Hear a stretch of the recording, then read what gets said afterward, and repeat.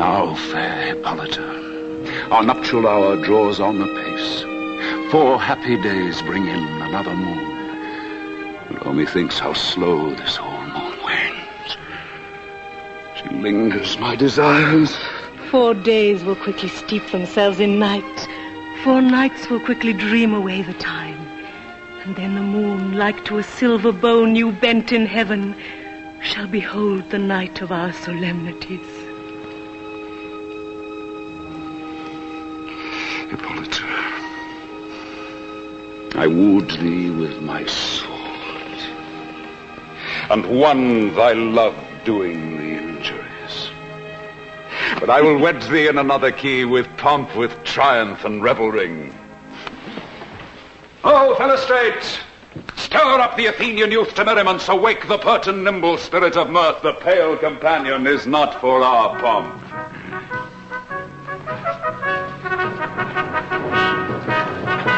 Happy be Theseus, our renowned Duke. Thanks, Gorgias. What's the news with him? Full of vexation come I with complaint against my child, my daughter, Hermia. Stand forth, Demetrius. My noble lord, this man hath my consent to marry her. Stand forth, Lysander. And, my gracious Duke, this man hath witched the bosom of my child. Thou, Lysander, thou hast given her rhymes and interchanged love tokens with my child. Thou hast by moonlight at her window sung with feigning voice verses of feigning love, and stolen the impression of her fantasy with bracelets of thy hair, rings, gauds, conceits, knacks, trifles, nosegays, sweetmeats, messengers of strong prevailment in unhardened youth. With cunning hast thou filched my daughter's heart, turned her obedience, which is due to me, to stubborn harshness. And my gracious Duke, be it so, she will not hear before your grace consent to marry with Demetrius. I beg the ancient privilege of Athens, as she is mine, I may dispose of her, which shall be either to this gentleman or to her death, according to our law. What say you, Hermia? Be advised, Hermia, to you your father should be as a god. Demetrius is a worthy gentleman. So is Lysander. In himself he is, but in this kind, wanting your father's voice, the other must be held the worthier. I would my father look, but with my eyes. Rather, your eyes must with his judgment look. But I beseech your grace that I may know the worst that may befall me in this case, if I refuse to wed Demetrius. Either to die the death, or to abjure forever the society of men. Therefore, fair Hermia, question your desires. Know of your youth, examine well your blood, whether, if you yield not to your father's choice, you can endure the livery of a nun. To live a barren sister all your life, chanting faint hymns to the cold, fruitless moon. So will I grow, so live, so die, my lord, ere I will yield my virgin patent up unto his lordship, whose unwished yoke my soul consents not to give sovereignty. Take time to pause. And by the next new moon, the sealing day betwixt my love and me for everlasting bond of fellowship, upon that day, either prepare to die for disobedience to your father's will, or else to wed Demetrius as he would, or on Diana's altar to protest for aye austerity and single life. Oh, relent, sweet Hermia, and Lysander, yield thy crazy title to my certain right. You have her father's love, Demetrius. Let me have Hermia's. Do you marry him? Scornful Lysander, true he hath my love, and what is mine, my love shall render him, and she is mine, and all my right of her I do estate unto Demetrius. My lord, I am as well derived as he, as well possessed. My love is more than his. My fortunes every way is fairly ranked. And, which is more than all these boasts can be, I am beloved of beauty as Hermia. Why should not I then prosecute my right? Demetrius, I'll avouch it to his head, made love to Nida's daughter, Helena, and won her soul. And she, sweet lady, dotes, devoutly dotes in idolatry upon this spotted and inconstant man. I must confess that I have heard so much, and with Demetrius thought to have spoke thereof. But being overfull of self-affairs, my mind did lose it. Come, Hippolyta, Demetrius and Aegeus, go along. I must employ you in some business against our nuptial, and confer with you. With duty and desire we follow you. For you, fair Hermia, look you arm yourself to fit your fancies to your father's will, or else the law of Athens yields you up to death or to a vow of single life.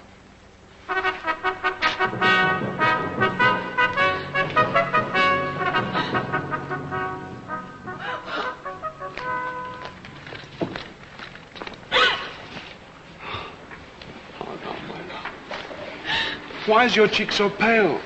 How chanced the roses there do fade so fast? Belike for want of rain, which I could well beteem them from the tempest of my eyes. Ay me, for aught that ever I could read, or could ever hear by tale or history, the course of true love never did run smooth. But either it was different in blood, or if there were a sympathy in choice, war, death, or sickness did lay siege to it, making it momentary as a sound, swift as a shadow, short as any dream, brief as the lightning and the collid night that in a spleen unfolds both heaven and earth, and ere a man hath power to say, behold, the jaws of darkness do devour it up. So quick bright things come to confusion. If then true lovers have been ever crossed, then let us teach our trial patience, because it is the customary crosses due to lovers' thoughts and dreams and sighs, wishes and tears. Poor fancies follow us. A good persuasion. Therefore hear me, Hermia.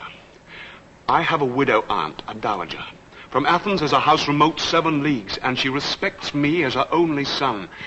There, gentle Hermia, may I marry thee. And to that place the sharp Athenian law cannot pursue us. If thou lovest me, then steal forth thy father's house tomorrow night, and in a wood a league without the town, where I did meet thee once with Helena, to do observance to a morn of May, there will I stay for thee. My good Lysander, I swear to thee by Cupid's strongest bow, by his best arrow with the golden head, by the simplicity of Venus' doves, by that which knitteth souls and prospers loves, by all the vows that ever men have broke, in number more than ever women spoke. In that same place thou hast appointed me, tomorrow truly will I meet with thee. Keep promise, love. Look, here comes Helena. Godspeed, fair Helena. Whither away? Call you me fair? That fair again unsay. Demetrius loves your fair. Oh, happy fair. Your eyes are lodestars, and your tongue's sweet air more tunable than lark to shepherd's ear, when wheat is green, when hawthorn buds appear. Oh, teach me how you look, and with what art to sway the motion of Demetrius' heart. I frown upon him, yet he loves me still. Oh, that your frowns could teach my smile such skill. His folly, Helena, is no fault of mine. None but your beauty. Would that fault were mine. Take comfort. He no more shall see my face. Lysander and myself will fly this place. Helen, to you our minds we will unfold. Tomorrow night, when Phoebe doth behold her silver visage in the watery glass, decking with liquid pearl the bladed grass. Through Athens' gates have we devised to steal, and in the wood where often you and I upon faint primrose beds were wont to lie, emptying our bosoms of their counsel sweet. There, my Lysander and myself shall meet, and thence from Athens turn away our eyes to seek new friends and stranger companies. Farewell, sweet playfellow. Pray thou for us, and good luck grant thee thy Demetrius. Keep word, Lysander. We must starve our sight from lovers' food till morrow, deep midnight. I will, my Hermia. Helena, adieu. As you on him, Demetrius dote on you. How happy some or other some can be. In Athens I'm thought as fair as she. But what of that? Demetrius thinks not so. He will not know what all but he do know. And as he is doting on Hermia's eyes, so I admiring of his qualities. Love looks not with the eyes, but with the mind, and therefore is winged Cupid painted blind. I will go tell him of fair Hermia's flight. Then to the wood will he tomorrow night pursue her, and for this intelligence, if I have thanks, it is a dear expense. Herein mean I to enrich my pain, to have his sight thither and back again.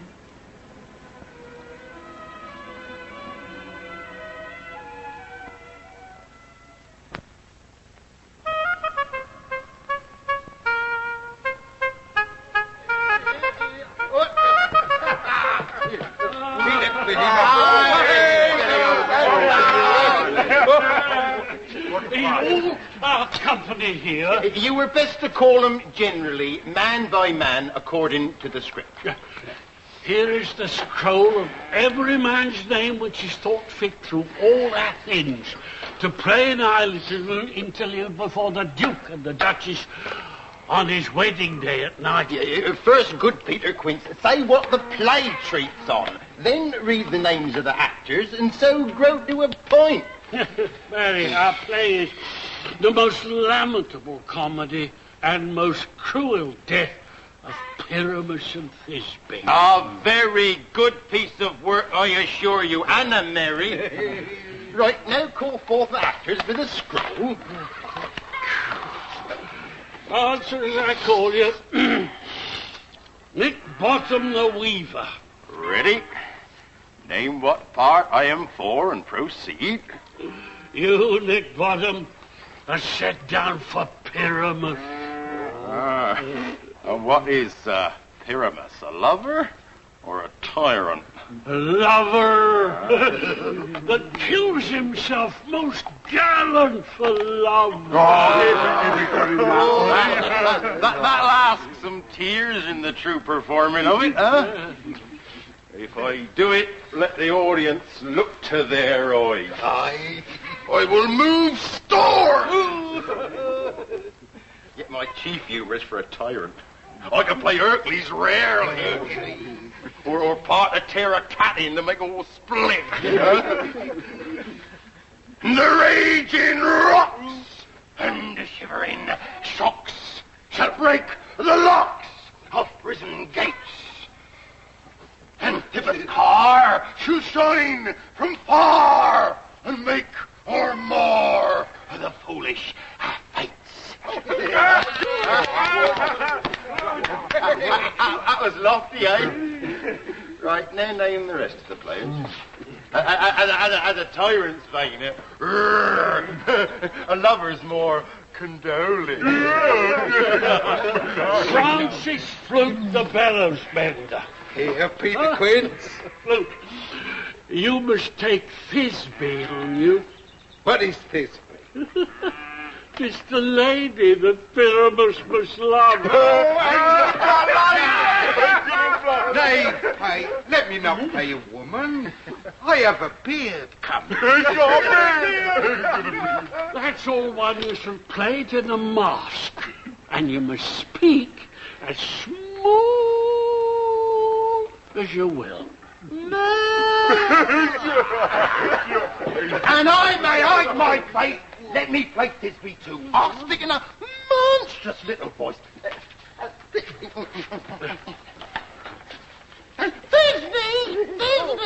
Ah, Pyramus, my lover dear! No.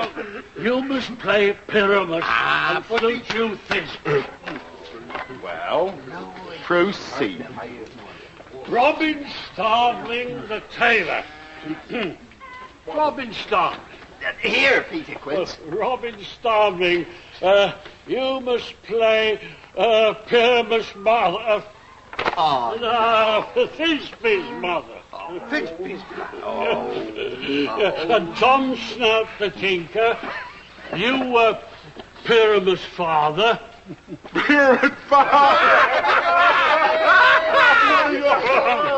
Myself, Thisbe's father. Oh, Snug the joiner. You the lion's part. And I hope here's a play fitted. Have you the lion's part written? I pray you, if it be, give it me, for I am slow of study. You may do it extempore, for it is nothing but roaring. let me play the lion too. I'll roar. I'll roar to any man's heart put to hear. I'll roar that I'll make the Duke say, let him roar again, let him roar again. And you should do it too terribly, you would fright the ladies that they would scream. And that's enough to hang us all. Oh, it ain't at all every mother's tongue. But I will aggravate my voice, so that I will roar you as soft as any sucking dove. I'll roar you and to any nightingale. Woof. Woof. You can play no part but Pyramus. But Pyramus is a sweet-faced man. Oh, a most lovely, gentleman-like man. Therefore you must needs play Pyramus. Oh, bully bottom. I will understand. Boy, that's the spirit, boy. Here are your parts. Now I'm to entreat you, request you, desire you to con them by tomorrow night. And meet me in the palace wood, a mile without the town, by moonlight. There will we rehearse. If we meet in the city, we shall be dogged with company and our devices known. In the meantime, I will draw a bill of properties, such as our play wants. Oh, I pray you, fail me not. We will meet, and there we may rehearse most obscenely and courageously. Take pains, be perfect. Adieu. At the Duke's Oak, we meet. Enough. Hold, or cut bowstrings.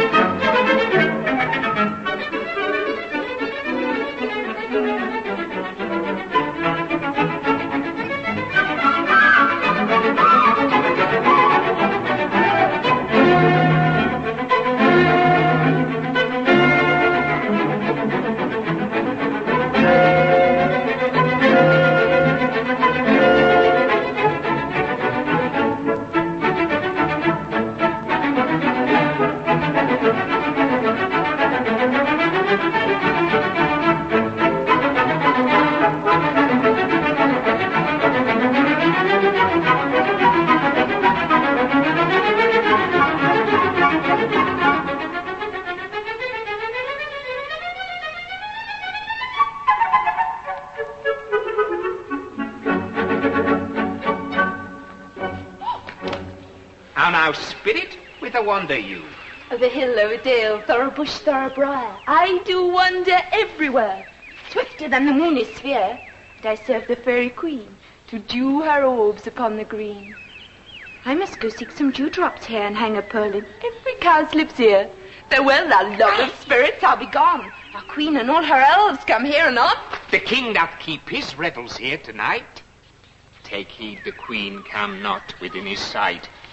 For Oberon is passing fell and wroth, because that she, as her attendant, hath a lovely boy, stolen from an Indian king. She never had so sweet a changeling, and jealous Oberon would have the child, knight of his train, to trace the forest wild. But she, perforce, withholds the loved boy, crowns him with flowers, and makes him all her joy. And now, they never meet, in grove or green, by fountain clear or spangled starlight sheen, but they do swear. And all their elves, for fear, creep into acorn cups and hide them there. Either I mistake your shape and making quite, or else you are that shrewd and knavy sprite called Robin Goodfellow. Are not you he? Now speaks to right. I have met many wanderer of the night. I jest to Oberon and make him smile, when I a fat and bean-fed horse beguile, neighing in likeness of a filly foal, and sometimes lurk I in a gossip's bow, in very likeness of a roasted crab, and when she drinks, against her lips I bob, and on her withered dewlap pour the ale. the wisest aunt, telling the saddest tale, sometime for 3-foot stool mistaketh me. Then slip I from her bum, down topple she, and Taylor cries, and falls into a cough, and in a whole choir laugh and neeze and swear. And merrier hours never wasted them. But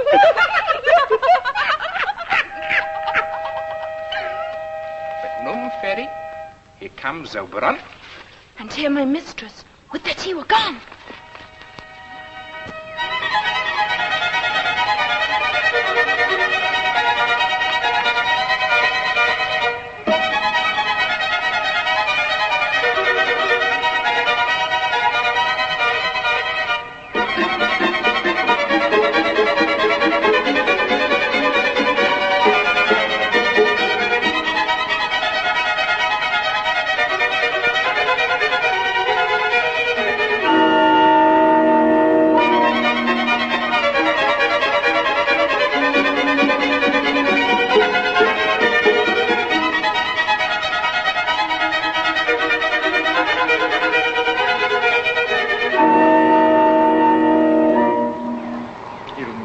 By moonlight, proud Titania.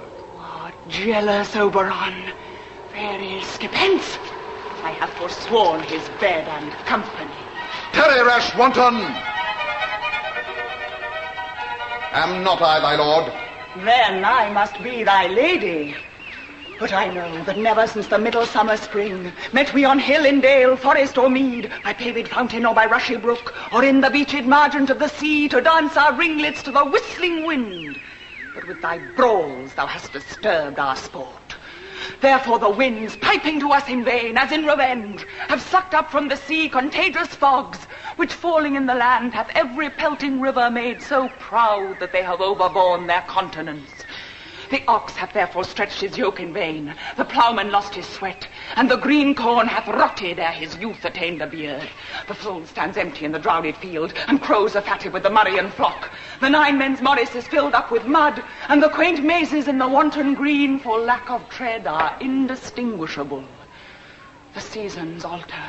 Hoary-headed frosts fall in the fresh lap of the crimson rose, and on old Hiam's thin and icy crown, an odorous chaplet of sweet summer buds is as in mockery set. The spring, the summer, the childing autumn, angry winter change their wonted liveries, and the mazed world by their increase now knows not which is which. And this same progeny of evils comes from our debate, from our dissension. We are their parents and original. Do you amend it then? It lies in you. Why should Titania cross her Oberon? I do but beg a little changeling boy to be my henchman. Set your heart at rest. The fairy land buys not the child of me. His mother was a votress of my order, and in the spiced Indian air by night full often hath she gossiped by my side, and sat with me on Neptune's yellow sands, marking the embarked traders on the flood, when we have laughed to see the sails conceive and grow big-bellied with the wanton wind, which she, with pretty and with swimming gait following, the womb then rich with my young squire, would imitate and sail upon the land to fetch me trifles and return again, as from a void rich with merchandise. But she, being mortal, of this boy did die, and for her sake do I rear up her boy, and for her sake I will not part with him. How long within this wood intend you stay? Perchance till after Theseus' wedding day. If you will patiently dance in our round and see our moonlight revels, go with us. If not, shun me, and I will spare your horns. Give me that boy and I will go with thee. Not for thy fairy kingdom. Fairies, away! We shall chide downright if I longer stay.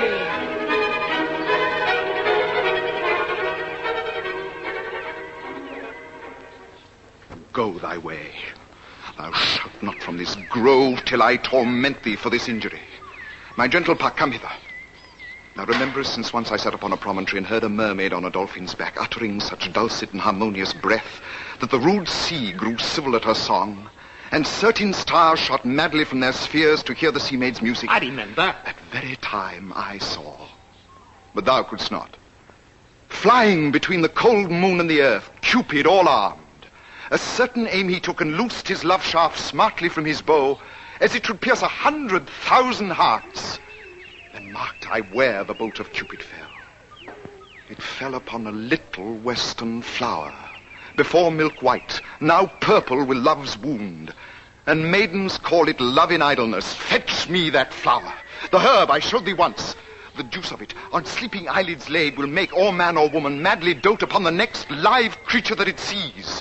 Fetch me that herb, and be thou here again, ere the Leviathan can swim a league. I'll put a girdle round about the earth in 40 minutes. Having once this juice, I'll watch Titania when she's asleep and drop the liquor of it in her eyes. The next thing then she waking looks upon, be it on lion, bear, or wolf, or bull, on meddling monkey, or on busy ape, she shall pursue it with a soul of love. And ere I take this charm from off her sight, as I can take it with another herb, I'll make her render up her page to me. But who comes here? I am invisible, and I will overhear their conference. I love thee not, therefore pursue me not. Where is Lysander and fair Hermia? Thou told me they were stolen unto this wood, and here am I and wood within this wood, because I cannot meet my Hermia. Hence get thee gone and follow me no more. I tell you I do not nor cannot love you. Even for that do I love you the more. I am your spaniel, and Demetrius, the more you beat me, I will fawn on you. Use me but as your spaniel, spurn me, strike me, neglect me, lose me, only give me leave, unworthy as I am, to follow you. You do impeach your modesty too much. To leave the city and commit yourself into the hands of one that loves you not, to trust the opportunity of night with the rich worth of your virginity. It is not night when I do see your face. Let me go. Or, if thou follow me, do not believe but I shall do thee mischief in the wood. I, in the temple, the town, the field, you do me mischief. Why, Demetrius, your wrongs do set a scandal on my sex. I'll run from thee and hide me in the brakes and leave thee to the mercy of wild beasts. The wildest hath not such a heart as you. Cannot fight for love as men may do. We should be wooed, and we're not made to woo. I'll follow thee and make a heaven of hell, to die upon the hand I love so well. Fare thee well, nymph. Ere he do leave this grove, thou shalt fly him, and he shall seek thy love. Welcome, wanderer. Hast thou the flower there? Aye, there it is. I pray thee, give it me.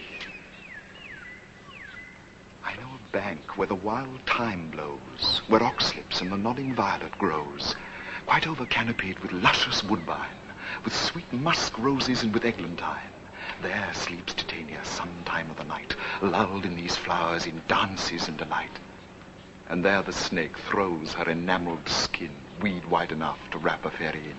And with the juice of this I'll streak her eyes, and make her full of hateful fantasies. Take thou some of it. Seek through this grove. A sweet Athenian lady is in love with a disdainful youth. Anoint his eyes, but do it when the next thing he espies may be the lady. Thou shalt know the man by the Athenian garments he has on, effected with some care, that he may prove more fond on her than she upon her love. And look thou meet me ere the first cock crow. Fear not, my lord, your servant shall do so.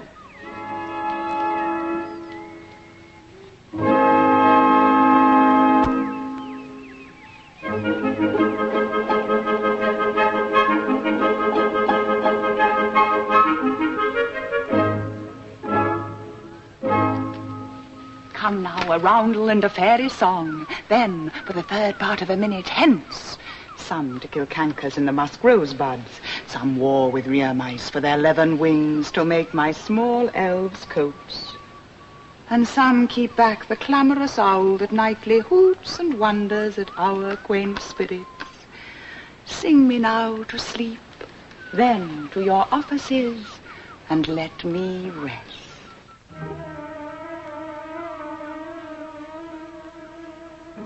You Scottish snakes with Dolly hedgehogs been at sea, newts and blind ones do no wrong, come not near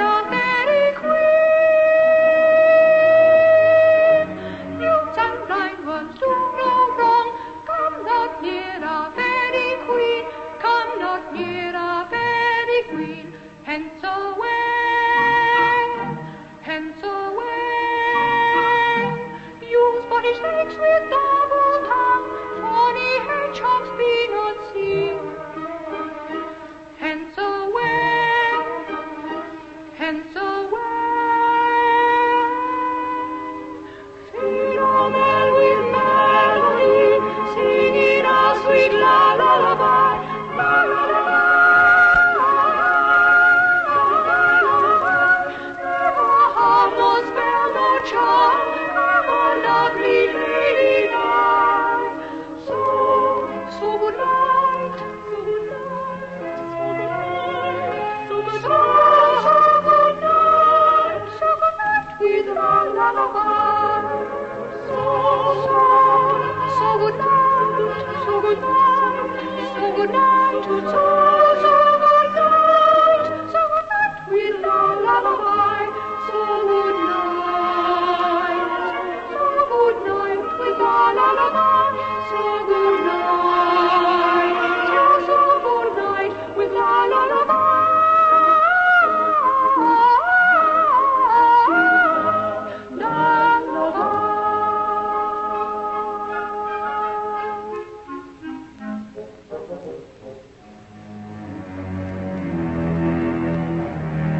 Hence away, now all is well.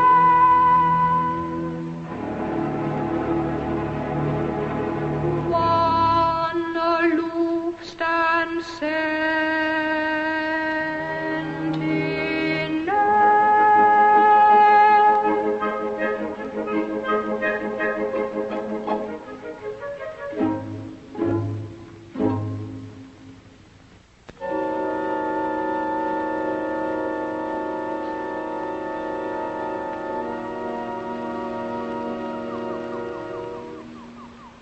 What thou seest when thou dost wake, do it for thy true love take. Love and languish for his sake, be it ounce or cat or bear, pard or boar with bristle hair. In thy eye that shall appear when thou wakest, it is thy dear. Wake when some vile thing is near.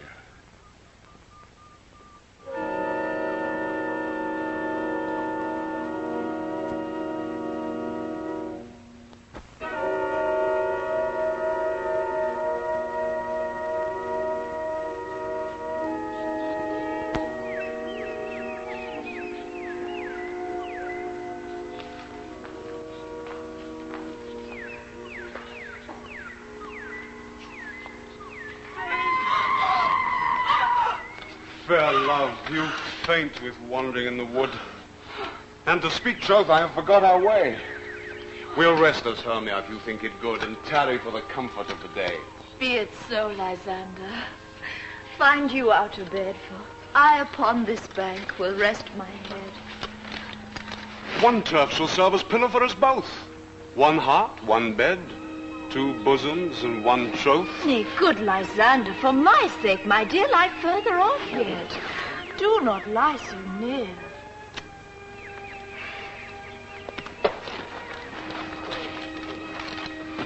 So far be distant, and good night, sweet friend. Thy love ne'er alter till thy sweet life end. Amen. Amen to that fair prayer, say I, and then end life when I end loyalty.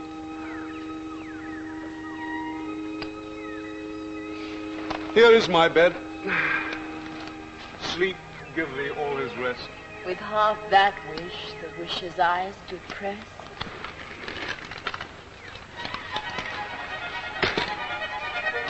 Through the forest have I gone, but Athenian found I none, on whose eyes I might approve this flower's force in stirring love. Night and silence, who is here? Weeds of Athens he doth wear.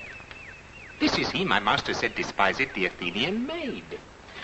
And here the maiden, sleeping sound, on the dank and dirty ground.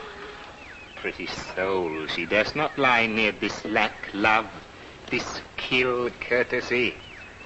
Churl, upon thy eyes I throw all the power this charm doth own. So, awake when I am gone, for I must now to Oberon.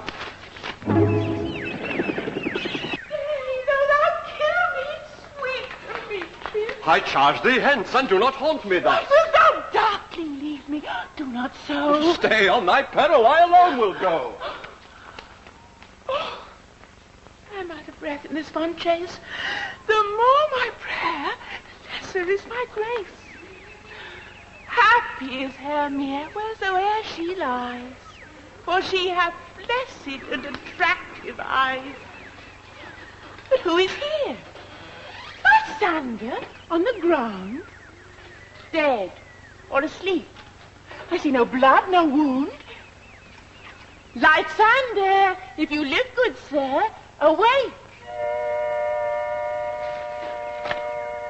And run through fire I will for thy sweet sake. Transparent, Helena. Nature shows her art. That through thy bosom makes me see thy heart. Where is Demetrius? Oh, how fit a word is that vile name to perish on my sword! Do not say so, Lysander. Say not so. What though he love your Hermia, Lord, what though? Yet Hermia still loves you. So be content. Content with Hermia? No, I do repent the tedious minutes I with her have spent. Not Hermia, but Helena I love. Who would not change a raven for a dove? The will of man is by his reason swayed, and reason says you are the worthier maid. Wherefore was I to this keen mockery born? When at your hands have I deserved such scorn? Is not enough, young man, that I did never, no, nor never can, deserve a sweet look from Demetrius' eye, but you must flout my insufficiency. Good truth, you do me wrong. Good truth, you do. In such disdainful manner me to woo, but fare you well. Perforce I must confess I thought you lord of more true gentleness. Oh, that a lady, if one man refuse, should by another therefore be abused. She sees not Hermia. Hermia, sleep thou there, and never mayst thou come Lysander near. And all my powers address your love and might to honor Helen and to be her knight. Help me, Lysander! Help me, do thy best to pluck this crawling serpent from my breast. And me for pity, what a dream was here. Lysander, look how I do quake with fear. Methought a serpent ate my heart away, and you sat smiling at his cruel prey. Lysander, not removed. Lysander! Lord! What, out of hearing gone? No sound, no word? No. And I well perceive you are not nigh. Either death or you I'll find immediately. Lysander! Lysander! What hempen homespuns have we swaggering here, so near the cradle of the fairy queen? Ah, well, we all met. We believe. And here's a marvellous convenient place for our rehearsal. This green plot shall be our stage. This hawthorn brake our tiring house, and we will do it in action, as we will do it before the Duke. Peter Quince. What sayst thou, bully bottom? There are things in this comedy of Pyramus and Thisbe that'll never please. First, Pyramus must draw a sword to kill himself, which the ladies cannot abide. Now, how answer you that? Fire like in a parlous fear. I believe we must leave the killing out when all is done. Not a whit. I have a device to make all well. Write me a prologue, and let the prologue seem to say we will do no harm with our swords, and that Pyramus is not killed indeed, And for the more better assurance, tell him that I, Pyramus, am not Pyramus, but Bottom the Weaver. It isn't put him out of fear. Well, we will have such a prologue, and it shall be written in 8 and 6. Nay, make it 2 more. Let it be written in 8 and 8. Will not the ladies be afeard of a lion? I fear it, I promise you. Masters, to bring in, God shield us, a lion amongst ladies is a most dreadful thing. For there is not a more fearful wild fowl than your lion living, and we ought to look to it. Therefore, another prologue must tell he's not a lion. Nay. Half his face must be seen through the lion's neck. And he must speak through, saying thus, or to the same defect. Ladies, or fair lady, I would wish you, or I would request you, or I would entreat you not to fear, not to tremble, my life for yours. If you think I come hither as a lion, 'twere pity on my life. No, I am no such thing. I am a man as other men are. And there let him name his name and tell him plainly that he's snug to join. It shall be so, but there is 2 hard things. That is, to bring the moonlight into a chamber. For Pyramus and Thisbe, did meet by moonlight. Does the moon shine the night we play our play? Calendar. Look in the almanac. Find that moonshine. Find that moonshine. It does shine that night. Oh, well then, look, may you leave a casement of the great chamber window where we play open, and the moon may shine in at the casement. Or else one must come in with a bush of thorns and a lanthorn and say he comes to disfigure or to present the person of moonshine. Then there is another thing. We must have a wall in the great chamber. For Pyramus and Thisbe, says the story, did talk through the chink of a wall. You can never bring in a wall. How say you, Bottom? Some man or other must present wool, and let him have some plaster or some loam or some rough cast about him to signify wool, and let him hold his fingers thus, and through that cranny shall Pyramus and Thisbe whisper.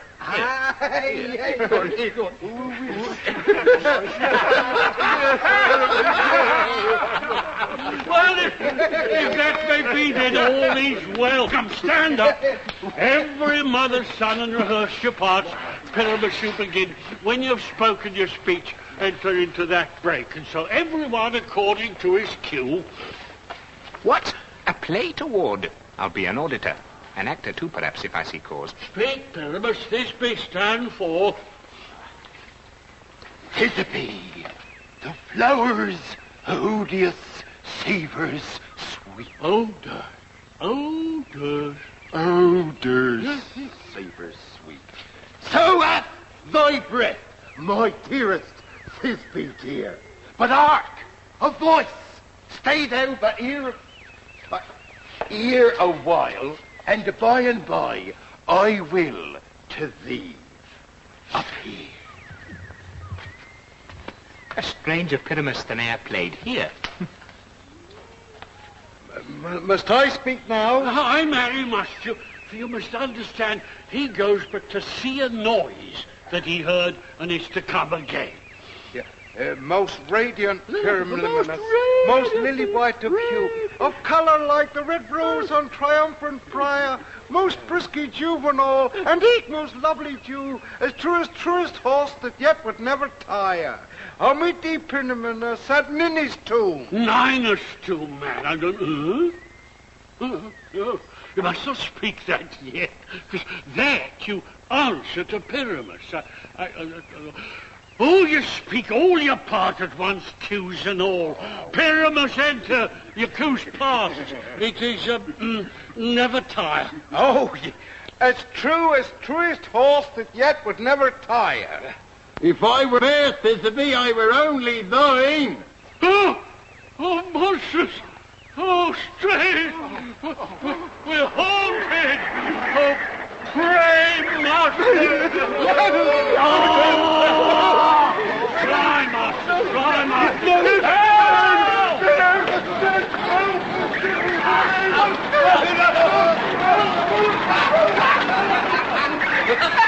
I'll follow you. I'll lead you about around. Through bog, through bush, through brake, through briar. Sometime a horse I'll be, sometime a hound. A hog, a headless bear, sometime a fire. And neigh and bark and grunt and roar and burn. Like horse, hound, hog, bear, fire at every turn.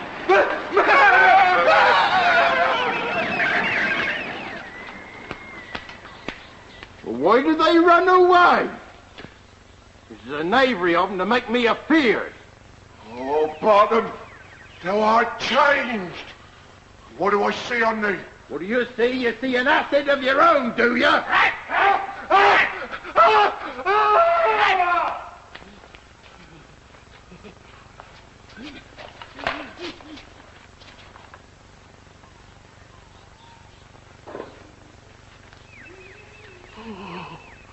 Oh, bless thee, Bottom. Bless thee. Thou art translated.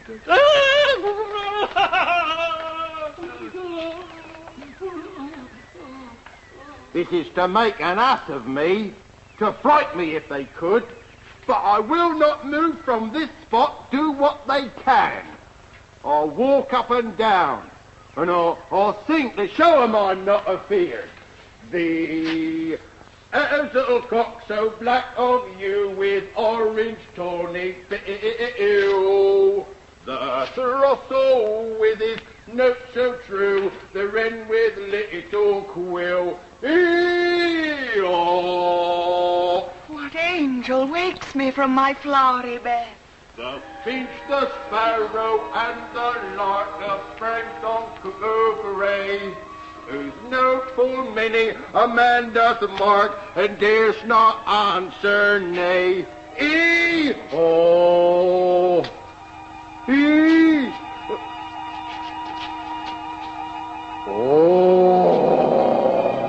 I pray thee, gentle mortal, sing again. Mine ear is much enamoured of thy note, so is mine eye enthralled to thy shape, and thy fair virtue's force perforce doth move me on the first view to say, to swear, I love thee. Oh, methinks, mistress, you should have little reason for that. And yet, to say the truth, reason and love keep little company together nowadays.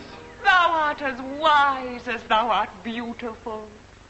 Oh, not so neither. But if I had wit enough to get out of this wood, I'd have enough to serve me own turn. Out of this wood do not desire to go.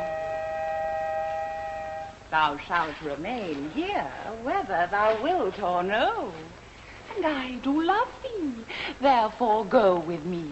I'll give thee fairies to attend on thee, and I will purge thy mortal grossness so that thou shalt like an airy spirit go. Peas blossom, cobweb, moth, mustard seed. Be kind and courteous to this gentleman. Hop in his eyes and gambol in his walks. Feed him with apricots and dewberries, with purple grapes, green figs, and mulberries. The honey bags steal from the humble bees, and for night tapers drop their waxen pies, and light them in the fiery glowworm's eyes, to have my love to bed and to arise. And pluck the wings from painted butterflies, to fan the moonbeams from his sleeping eyes. Nod to him, elves, and do him courtesy. I cry your worship's mercy heartily. I request your worship's name. Cobweb, sir. Oh, I shall desire you of more acquaintance, good Mistress Cobweb. Your name, honest gentleman. Peas blossom. And your name, I beseech you, sir. Mustard seed. Oh, good Master Mustard Seed, I know your patience well. That same giant-like ox beef has devoured many a gentleman of your house. I promise you, your kindred has made my eyes water ere now. I should desire you of more acquaintance, good master, must please. Come, wait upon him. Lead him to my bower. Tie up my love's tongue. Bring him silently.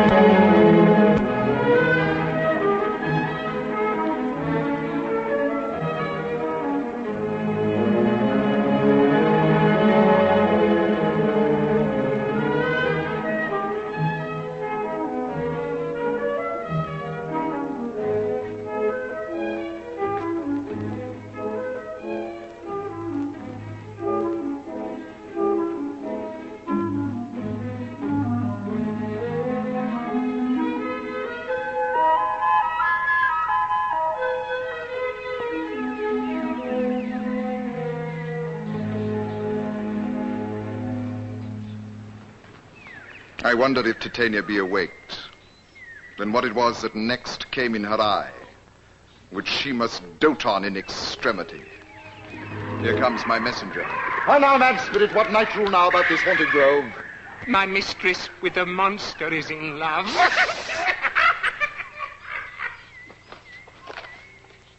Near to her close and consecrated bower, while she was in her dull and sleeping hour, a crew of patches, rude mechanicals, were met together to rehearse a play intended for great Theseus' nuptial day. The shallowest thick-skin of that barren sort, whom Pyramus presented in their sport, forsook his scene and entered in a break. What I did him at this advantage take, and as his knoll I fixed on his head. Anon his Thisbe must be answered, and forth my mimic comes. When they him spy, as wild geese that the creeping fowler eye, or russet-pated chaps many in sort, rising and cawing at the gun's report, sever themselves and madly sweep the sky. So, at his sight, away its fellows fly. I led them on in this distracted fear, and left sweet Pyramus translated there. When, in that moment, so it came to pass, Titania waked, and straightway loved an ass. Falls out better than I could devise. But hast thou yet latched the Athenian's eyes with a love juice, as I did bid thee do? I took him sleeping, that is finished too, and the Athenian woman by his side. Stand close. This is the same Athenian. This is the woman, but not this the man. Oh, why rebuke you him that loves you so? Lay breath so bitter on your bitter foe. Now I've but tried, but I should use thee worse, for thou I fear hast given me cause to curse. If thou hast slain Lysander in his sleeping, or shoes in blood, plunge in the deep and kill me too. The sun was not so true unto the day as he to me. Would he have stolen away from sleeping Hermia? It cannot be but thou hast murdered him. So should a murderer look, so dead, so grim. So should the murdered look, and so should I, pierced through the heart with your stern cruelty. What's this to my Lysander? Where is he? Ah, good Demetrius, wilt thou give him me? I'd rather give his carcass to my hounds. Out dog, out cur! Thou drivest me past the bounds of maiden's patience. And hast thou slain him then? Henceforth be never numbered among men. And hast thou killed him sleeping? A brave touch. Could not a worm, an adder, do so much? You spend your passion on a misprized mood. I am not guilty of Lysander's blood, nor is he dead for aught that I can tell. Pray thee, tell me then that he is well. And if I could, what should I get therefore? A privilege, never to see me more. And from thy hated presence part I so. See me no more, whether he be dead or no. There is no following her in this fierce vein. Here, therefore, for a while, will I remain. What hast thou done? Thou hast mistaken quite and laid the love juice on some true love's sight. About the wood go swifter than the wind, and Helena of Athens look thou find. All fancy sick she is and pale of cheer, by some illusion see thou bring her here. I'll charm his eye against she do appear. I go. Look how I go. Swifter than arrow from the Tartar's bow. Flower of this purple dye, hit with Cupid's archery, sink in apple of his eye. When his love he doth espy, let her shine as gloriously as the Venus of the sky. Shh, shh. When thou wakest, if she be by, beg of her for remedy. Captain of our fairy band, Helena is here at hand, and the youth mistook by me pleading for a lover's fee. Shall we their fond pageant see, Lord, what fools these mortals be? Stand aside. The noise they make will cause Demetrius to awake.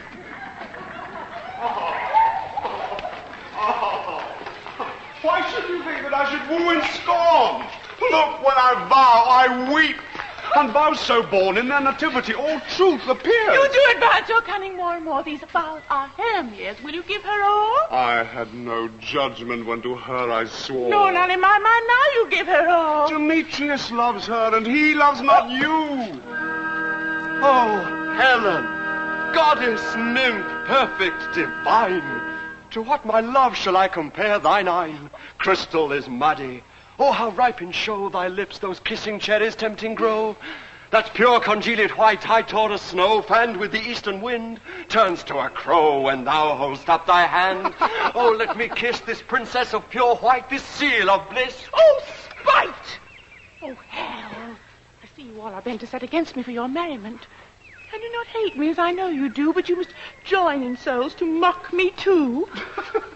You are unkind, Demetrius. Be not so, for you love Hermia. This you know I know. And here, with all goodwill, with all my heart, in Hermia's love, I yield you up my part. And yours of Helena to me bequeath, whom I do love, and will do to my death. Never did mockers waste more idle breath. Lysander, keep thy Hermia. I will none. If e'er I loved her, all that love is gone. My heart to her but as guest-wise sojourned, and now to Helen is it home returned, there to remain. Helen, it is not so. Look where thy love comes, yonder is thy dear. Thou art not by mine eye, Lysander, found. Mine ear, I thank it, brought me to thy sound. But why unkindly didst thou leave me so? Why should he stay, whom love doth press to go? What love could press Lysander from my side? Lysander's love that would not let him bide. You speak not as you think, it cannot be. Lo! She is one of this conspiracy. Injurious Hermia, most ungrateful maid. Have you conspired? Have you with these contrived to bait me with this foul derision? Is all the counsel that we two have shared, the sisters' vows, the hours that we have spent when we have chid the hasty-footed time for parting, is all forgot? All school days' vows, all childhood innocence? We, Hermia, like two artificial gods, have with our needles created both one flower, both on one sampler, sitting on one cushion, both warbling of one song, both in one key, as if our hands, our sides, voices and minds had been incorporate. So we grew together, like to a double cherry, seeming parted, but at a union in partition, two lovely berries molded on one stem. And would you rend our ancient love asunder to join with men in scorning your poor friend? It is not friendly. It is not maidenly. Helen, I am amazed at your words. I scorn you not.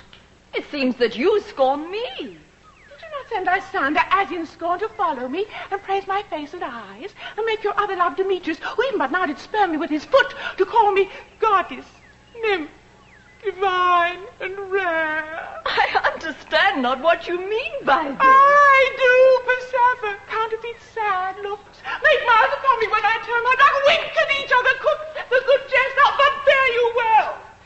It is partly my own fault, which death or absence soon shall remedy. Stay gentle, Helena. Hear my excuse. My love, my life, my soul, fair Helena. Oh, excellent! We do not scorn her so. If she cannot entreat, I can compel. Thou canst compel no more than she entreat. Thy threats have no more strength than her weak prayers. Helen, I love thee, by my life I do. I say I love thee more than he can do. If thou say so, withdraw and prove it too. Quick, come. Lysander, where to tends all this? Hang off, thou cat-mouthed bar. Vile thing, let loose, or I will shake thee from me like a serpent. Why are you grown so rude? What change is this? Since night you loved me, yet since night you left me.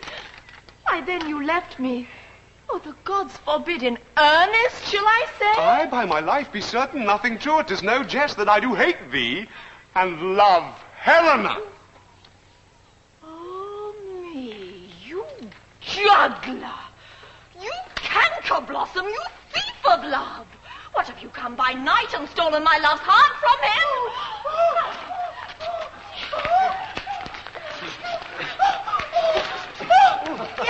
Pray, have no modesty, no maiden shame, no touch of bashfulness. Oh! What, would you tear impatient answers from my gentle tongue? Why, fie, you counterfeit, you... Puppet, you... Puppet? Why so? Aye, that way goes the game. Now I perceive that she hath made compare between our statures. She hath urged her height, and with her personage, her tall personage, her height, forsooth, she hath prevailed with him. And are you grown so high in his esteem because I am so dwarfish and so low?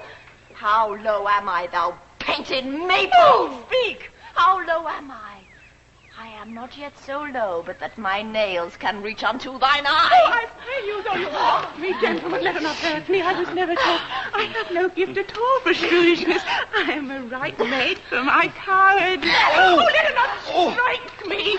You perhaps may think, because she's somewhat lower than myself, that I can match her. Lower again.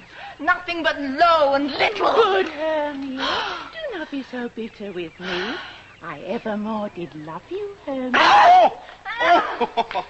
Oh, be not afraid. She shall not harm thee. No, sir, she shall not, though you take her part. When she is angry, she is keen and shrewd.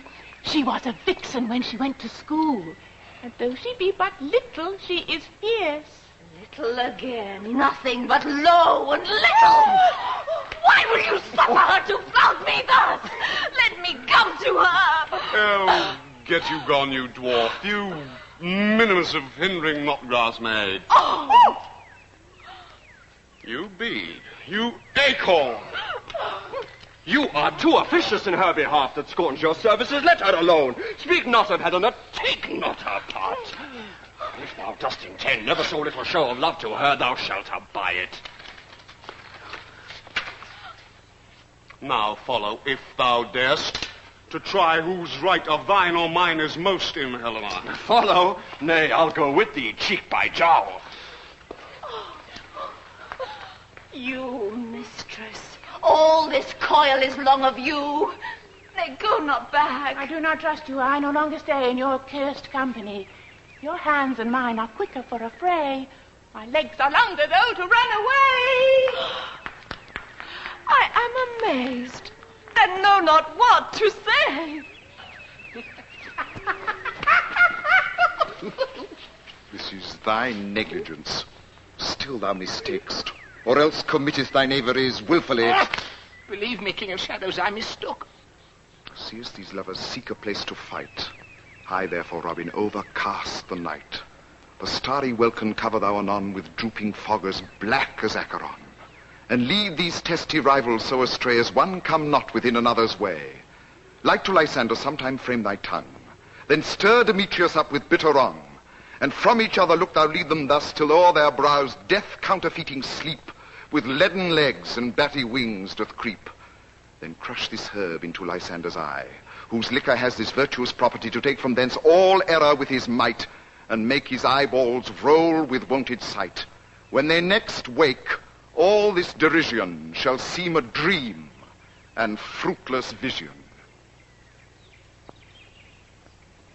Whilst I in this affair do thee employ, I'll to my queen and beg her Indian boy, and then I will her charmed eye release from monsters' view, and all things shall be peace. My fairy lord, this must be done with haste, for night swift dragons cut the clouds full fast, and yonder shines Aurora's harbinger, at whose approach ghosts wandering here and there troop home to churchyards, damned spirits all. But we are spirits of another sort. I with the morning's love of oft made sport, even till the eastern gates, all fiery red, opening on Neptune with fair blessed beams, turns into yellow gold his salt green streams. But notwithstanding haste, make no delay. We may effect this business yet, ere day. Up and down, I will lead them up and down. I am feared in field and town. Goblin, lead them up and down. Here comes one.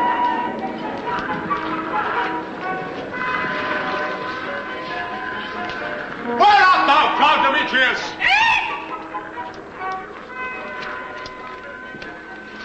Speak thou now! Here, villain, drawn and ready, where art thou? I will be with thee straight. Follow me then, plain up bound.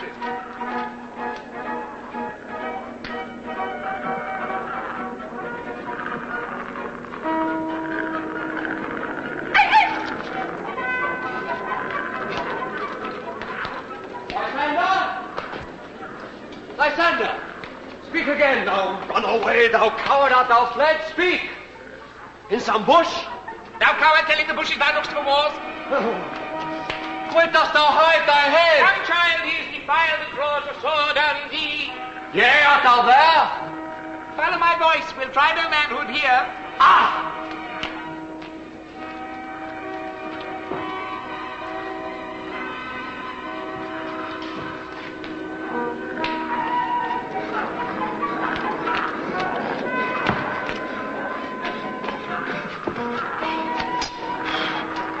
He goes before and still he dares me on. When he comes when he calls, then then he is gone. The villain is much lighter heeled than I. I followed fast, but faster he did fly. Oh. Had fallen am I in dark, uneven way, and here will rest me.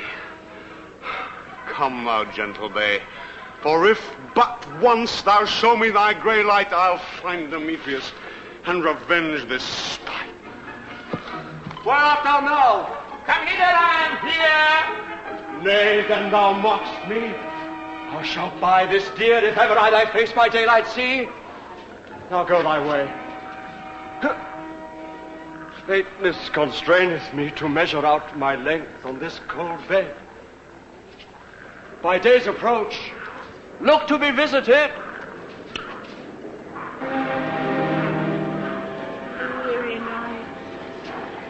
Oh, long and tedious night. Abate thy eyes. Shine comforts from the east. And sleep that sometimes shuts up sorrow's eyes. Steal me a while from mine own company. Yet but 3. Come, one more. 2 of both kinds makes up 4. Here she comes, cursed and sad. Cupid is a knavish lad, thus to make 4 females mad. Never so weary, never so in woe, dabbled with the dew and torn with briars. I can no further crawl, no further go. Here will I rest me till the break of day. On the ground sleep sound. I'll apply to your eye gentle lover remedy. when thou wakest, thou takest true delight in the sight of thy former lady's eye. And the country proverb known, that every man should take his own, in your waking shall be shown. Jack shall have Jill, naught shall go ill. The man shall have his mare again, and all will be well.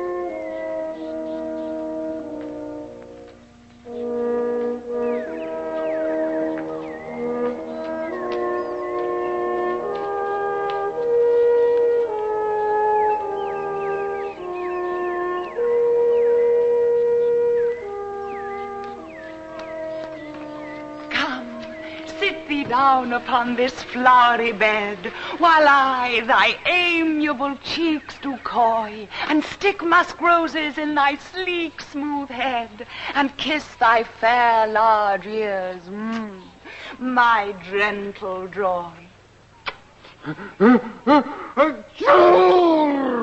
Where's Peas Blossom? Freddie? Oh, scratch my head, Peas Blossom. Where's Mistress Cobweb? Ready? Oh, Mistress Cobweb, good mistress. Get you your weapons in your hand and kill me a red-hipped humblebee on the top of a thistle. And, good Mistress Cobweb, have a care the honey bag break not. I'd be loath to have you overflown with honey bag, Signorina. Where's Mounseer mustard seed? What you will? Not good Mounseer mustard seed, but to help Cavalieri Peas Blossom to scratch. Oh, I must to the barbers, methinks, for I am marvellous airy about the face. and I'm such a tender ass, if my hair do but tickle me, I'm a scratch.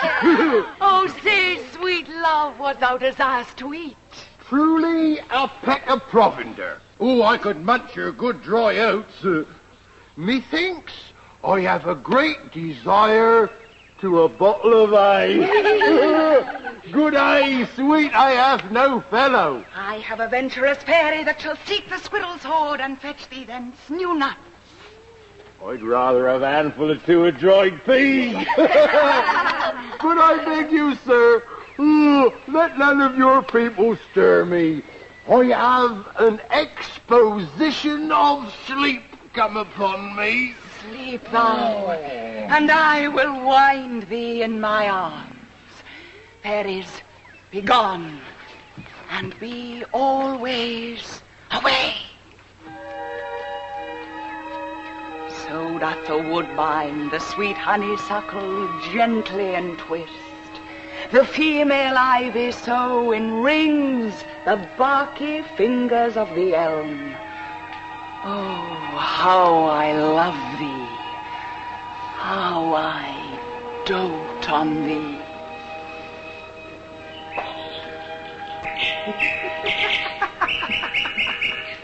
Welcome, good Robin. Seest thou this sweet sight? Her dotage now I do begin to pity, for meeting her of late behind the woods, seeking sweet favours with this hateful fool, I did upbraid her and fall out with her. For she his hairy temples then had rounded with coronet of fresh and fragrant flowers, and that same dew which sometimes on the buds was wont to swell like round and orient pearls, stood now within the pretty floweret eyes like tears that did their own disgrace bewail, when I had at my pleasure taunted her, and she in mild terms begged my patience. I then did ask of her changeling child, which she straight gave me, and her fairy sent to bear him to my bower in fairyland. And now I have the boy. I will undo this hateful imperfection of her eyes. And, gentle Puck, Take this transformed scalp from off the head of this Athenian swain, that he, waking when the other do, may all to Athens back again repair, and think no more of this night's accidents, but as the fierce vexation of a dream. But first, I will release the fairy queen.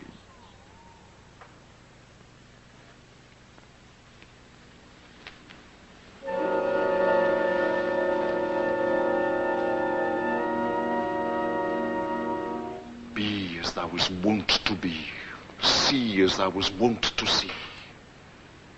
Dian's bud or Cupid's flower has such force and blessed power.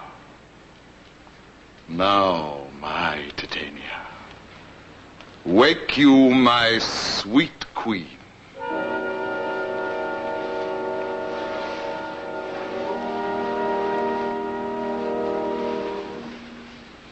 My Oberon, what visions have I seen? Methought I was enamored of an ass. There lies your love. Oh, how mine eyes do loathe his visage now. Silence a while. Robin, take off this head, and music call such as charmeth sleep. Now when thou wakest, with thine own fool's eyes peep.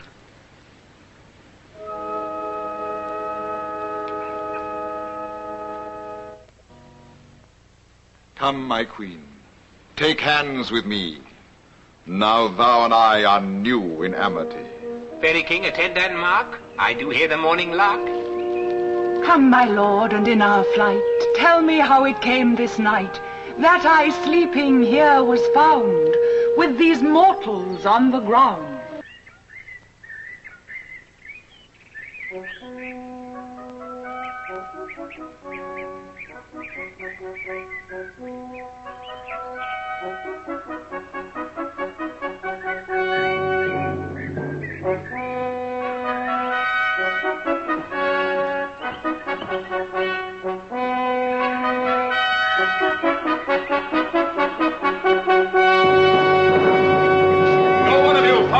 Forester, my love shall hear the music of my hounds. Uncouple in the western valley, let them go. Dispatch, I say, and find the forester. We will, fair queen, up to the mountain's top and mark the musical confusion of hounds and echo in conjunction. I was with Hercules and Cadmus once, when in a wood of Crete they bayed the bear with hounds of Sparta. Never did I hear such gallant chiding. For besides the groves, the skies, the fountains, and every region near seemed all one mutual cry.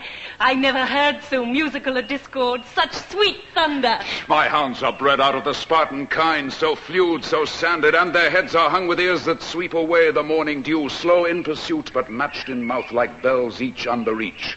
A cry more tunable was never hollowed to, nor cheered with horn in Crete, in Sparta, nor in Thessaly. Judge when you hear. But soft lips are these.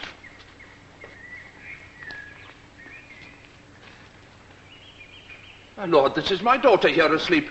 And this Lysander, this Demetrius, is this Helena.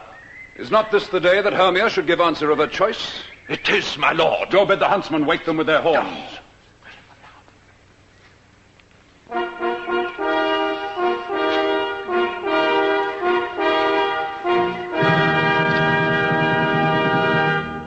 Begin these woodbirds but to couple now? Good morrow, friends. Pardon, my lord. I pray you all stand up. I know you two are rival enemies. How comes this gentle concord in the world when hatred is so far from jealousy to sleep by hate and fear no enmity? My lord, I will reply amazedly, half sleep, half waking, but as I think... For truly would I speak, I came with Hermia hither. Enough, enough, my lord. You have enough. I beg the law upon his head they would have stolen away. They would, Demetrius, thereby to have defeated you and me. You of your wife, me of my consent. Well, of my consent that she should be your wife. My lord, fair Helen told me of their stealth, and I in fury hither followed them, fair Helena in fancy following me. But, my good lord, I wot not by what power, but by some power it is, my love to Hermia, melted as melts the snow, seems to me now that all the faith, the virtue of my heart, the object and the pleasure of mine eye is only Helen. Aegeus, I will overbear your will, for in the temple by and by with us these couples shall eternally be knit. Fair lovers, you are fortunately met. Of this discourse we more will hear anon. Away to us, to Athens. Come, Hippolyta.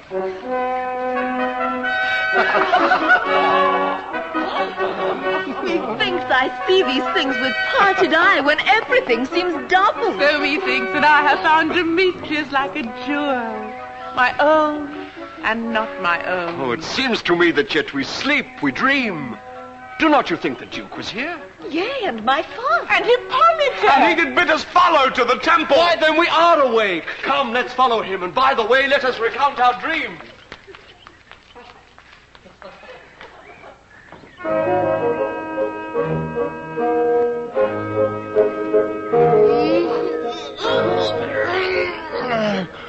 When my cue comes, call me. My next is most fair Pyramus.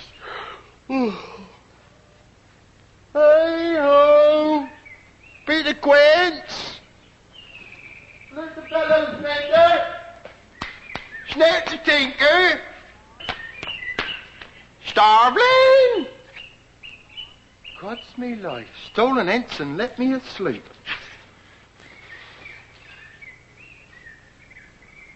I've had a most rare vision. I've had a dream. Pass the wit of man to say what dream it was. Man is but an ass if he go about to expound this dream. Methought I was... There's no man can say what methought I was. Methought I was. Methought I had. But man is but a patched fool if he'll offer to say what methought I had. Fool. The eye of man hath not heard, the ear of man hath not seen, man's hand is not able to taste, his tongue to conceive, nor his heart to report what my dream was. I'll get Peter Quince to write a ballad of this dream. It shall be called Bottom's Dream, because it hath no bottom. And I shall sing it at the latter end of the play before the Duke. Peradventure, to make it the more gracious, I shall sing it at her death.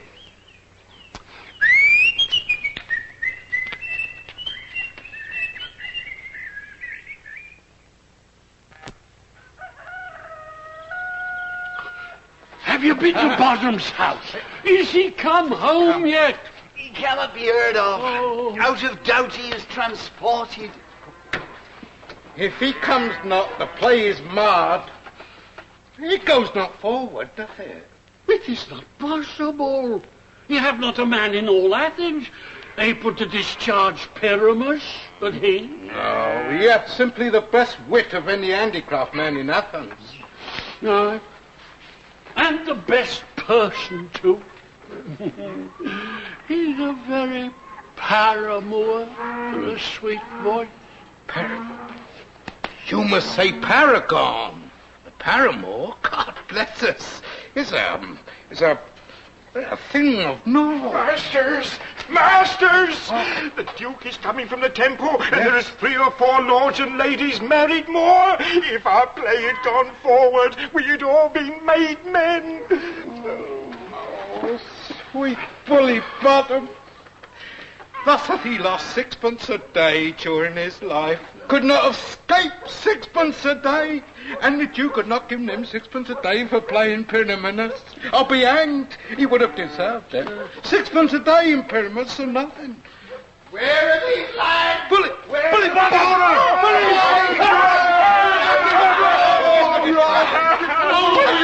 Oh, the courageous Damon's happy hour! Masters, I am to discourse wonders. What?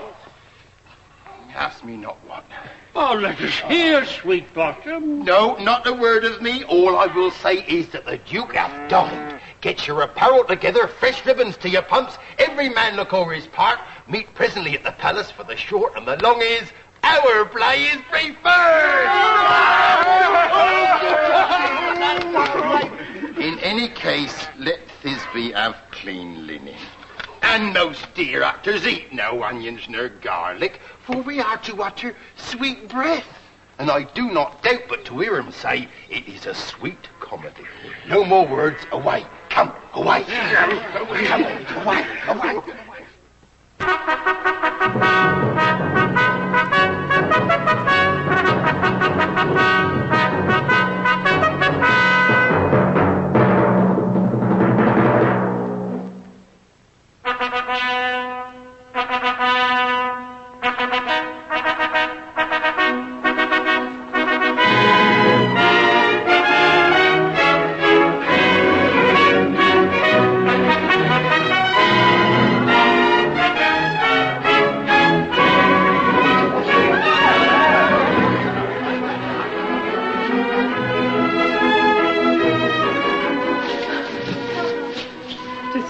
My Theseus, that these lovers speak of. More strange than true. Lovers and madmen have such seething brains, such shaping fantasies, that apprehend more than cool reason ever comprehends.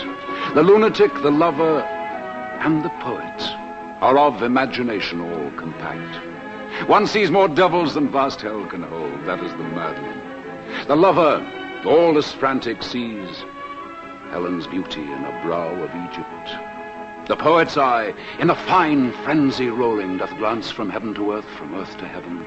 And as imagination bodies forth the forms of things unknown, the poet's pen turns them to shapes, and gives to airy nothing a local habitation and a name.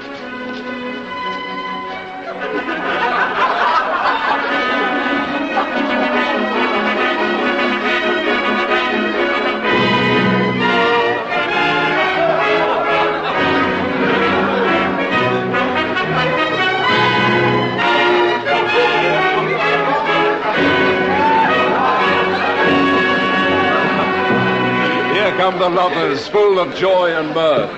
Joy, gentle friends. Joy and fresh days of love accompany your hearts. More than to us wait in your royal walks, your board, your bed.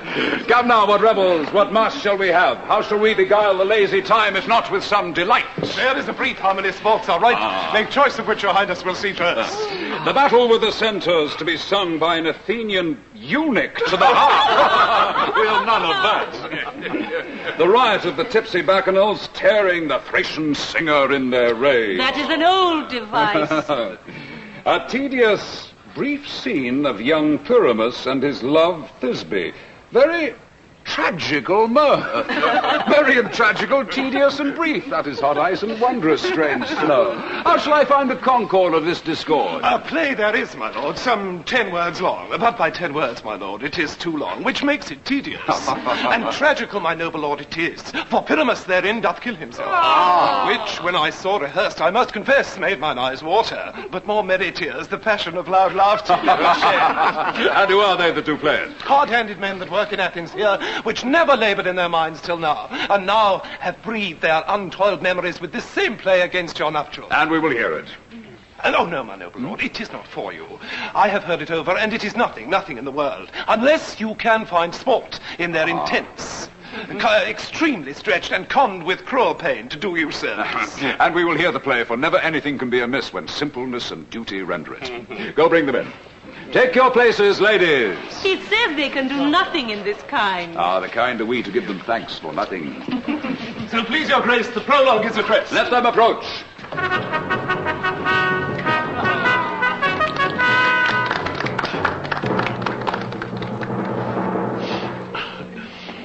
If we offend, it is with our goodwill that you should think we come not to offend, but with goodwill, to show our simple skill.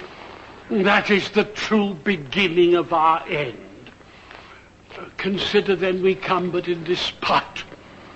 We do not come as minding to content you. Our true intent is all for your delight. We are not here.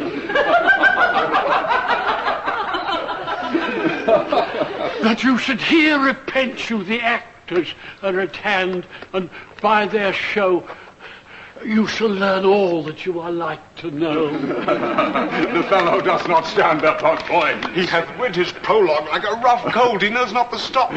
His speech was like a tangle in chain, nothing impaired but all disordered. Who's next?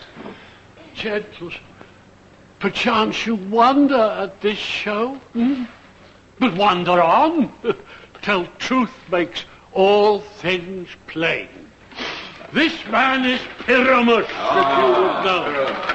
This beauteous lady, Thisbe, is certain. This man with lime and rough cast doth present war.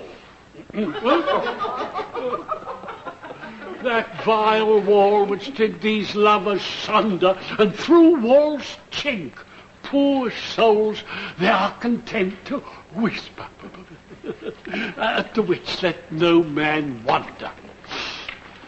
This man with lanthorn, dog, and bush of thorns presenteth moonshine. For, if you will know, by moonshine did these lovers think no scorn to meet at Ninus' tomb, there to woo. This grisly beast,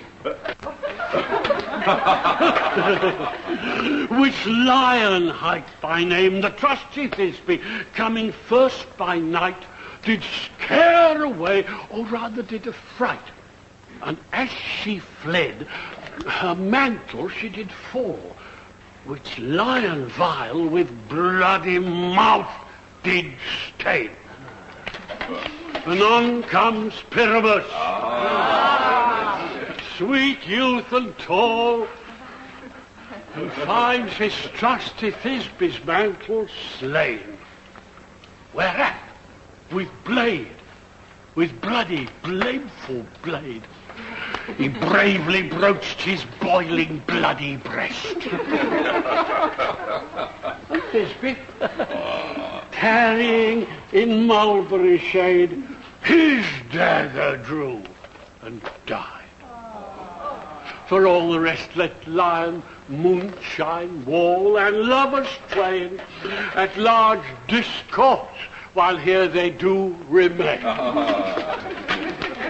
I wonder if the lion be to speak. No wonder, my lord. One lion may when many asses do.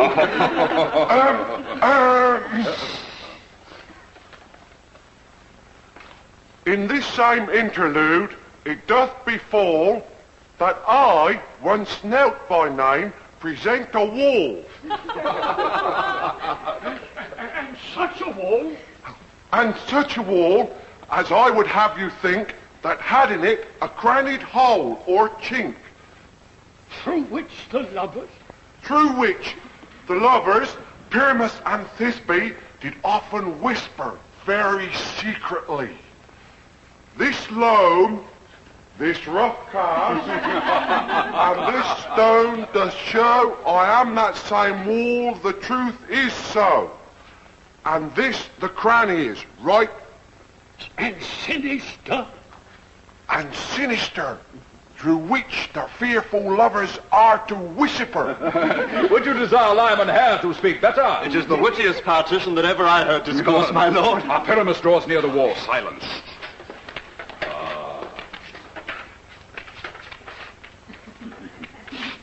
Oh, grim look night! Oh, night, with you so black! Oh, night, which ever art when day is not. Oh. I know it. Whichever art may. Alack, alack, alack! I fear my Thisbe's promise is forgot. And thou, O wall, O sweet, O lovely wall, that stands between her father's ground and mine.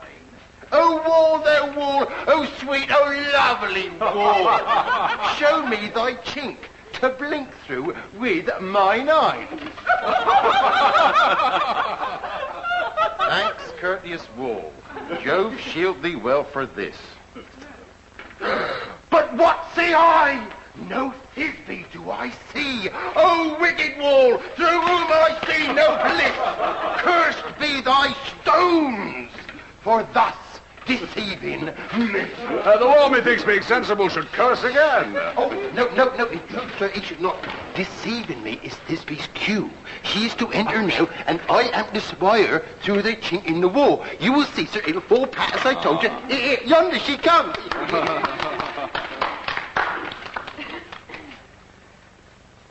Oh, wall! Hast thou heard my moans for parting my dear Pinnamoners and me? My cherry lips have often kissed thy stones with lime and hair knit up in thee. I see her voice. Now will I to the chink to spy, and I can hear my Thisbe's face. Thisbe! My love! Thou art my love, I think. Think what thou wilt. I am thy lover's grace, and like Lymander am I trusty still. And I like Helen till the fates me kill. Oh, kiss me through the hole of this vile wall. I kiss the wall's hole, and not your lips at all. Wilt thou at Ninny's tomb meet me straightway? Tide life, tide death, I come without delay.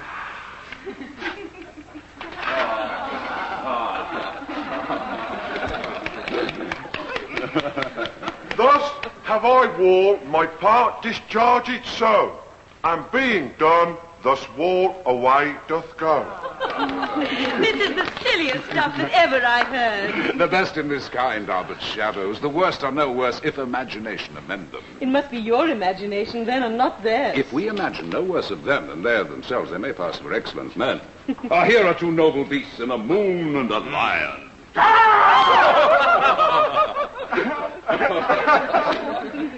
You ladies, you whose gentle hearts do fear each little monstrous mouse that creeps on floor, may now perchance both quake and tremble here when lion rap in fiercest rage doth roar. Jarr! Then know that I, as Snug the joiner, am a lion fell, or else no lion's dam. For if I should as lion come in strife into this place, oh, 'twere pity on my life. Ah, very gentle beast and a good conscience. The very best as a beast, my lord, that e'er I saw. This lion is a very fox for his bound. True, and a goose for his discretion. This lanthorn doth the horny moon. He should have worn the horns on his head. This lanthorn doth the horny moon present. Myself the man of the moon do seem to be. This is the greatest error of all the rest. The man should be put into the lantern. How is it else the man of the moon? He dares not come there for the candle. Oh, I am weary of this moon. Would he would change. In courtesy, we must stay the time. Proceed. All I have to say is to tell you that this lanthorn is the moon, I the man of the moon, this thorn bush my thorn bush, and this dog my dog. Oh, but silence! Here comes Thisbe. This is old Ninny's tomb.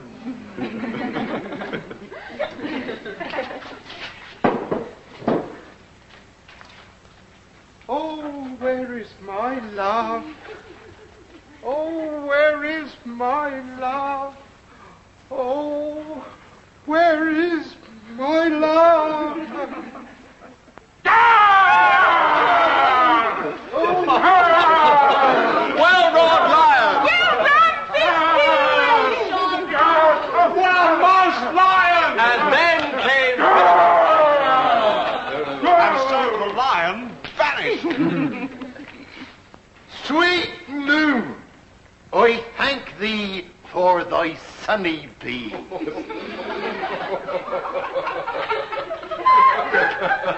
I thank thee, moon, for shining now so bright. For by thy gracious golden glittering gleams, I trust to take of truest Thisbe's sight. But stay! Stay! Oh, spite! But mark, poor knight, what dreadful dole is here? Eyes, do you see? How can it be? Oh, dainty duck! Oh, dear! Thy mantle good, what? Stained with blood! Approach, ye furies hell! Come, fates, come! Cut, trade, and thrum! Quail, crush, conclude, and quell! Bravo! This passion on the death of a dear friend would go near to make a man look sad. You shrew my heart, but I pity the man.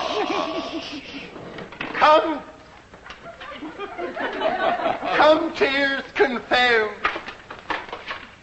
Out, sword, unwound the pap of Pyramus. Aye, that left pap, where art doth up. Thus die I, thus.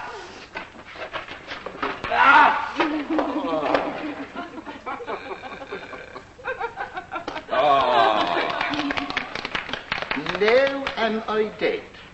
Now am I fled. My soul is in the sky. Tongue, lose thy light. Moon, take thy flight. Moon, take thy flight. Thus die I, die! Die! Die! Die! Die! Our chance moonshine is gone before Thisbe comes back and finds her lover. She will find him by starlight. Here she comes, and her passion ends the play. We think she should not use a long one for such a Pyramus. I hope she will be brief. She has spied him already with those sweet eyes. Asleep, my love. What? Dead, my dove. Oh, Pyramus, arise, speak. Quite dumb, dead. Oh, a tomb must cover thy sweet eyes. These lily brows, this cherry nose, these yellow cowslip cheeks are gone. Oh, God! Lovers, make moan. His eyes were green as leaves. Oh, sisters three, come to me with hands as pale as milk. Lay 'em in gore, since you have shore with shears his shredder shrilk. Oh, tongue, not a word. Come, trusty sword. Come, blade, my breast imbrued. Oh! And farewell, friends, thus Thisbe ends. Adieu, adieu, adieu.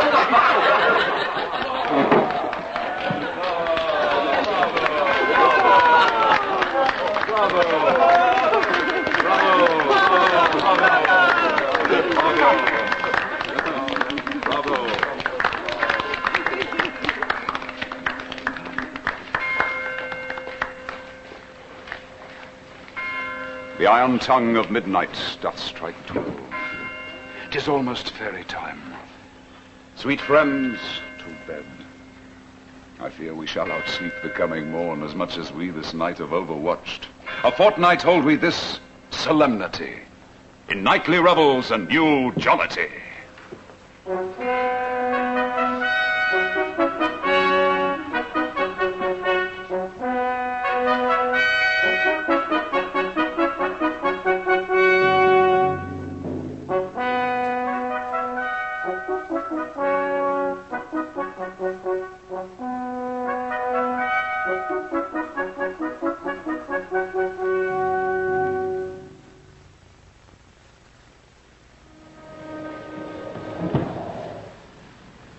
Now the hungry lion roars. Now the wolf behowls the moon, whilst the heavy ploughman snores, all with weary task fordone. And we fairies that do run by the triple Hecate's team from the presence of the sun, following darkness like a dream, now are frolic. Not a mouse shall disturb this hallowed house. I'm sent with broom before to sweep the dust behind the door.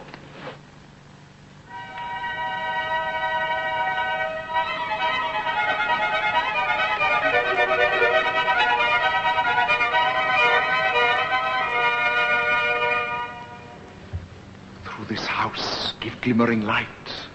By the dead and drowsy fire, every elf and fairy sprite hoppers light as bird from briar. Hand in hand with fairy grace will we sing and bless this place. Through the forest keep every night by the dead and drowsy fire. Every elf and fairy sprite hop and light and bird from briar. And sing, sing after me, sing and dance it dreamily. Sing and dance it, sing and dance it, sing and dance it. Sing and dance it, sing and dance it, sing and dance it. Sing and dance. Now until the break of day, through this house each fairy stray. To the best bride bed will we, which by us shall blessed be. And the owner of it blessed ever shall in safety rest.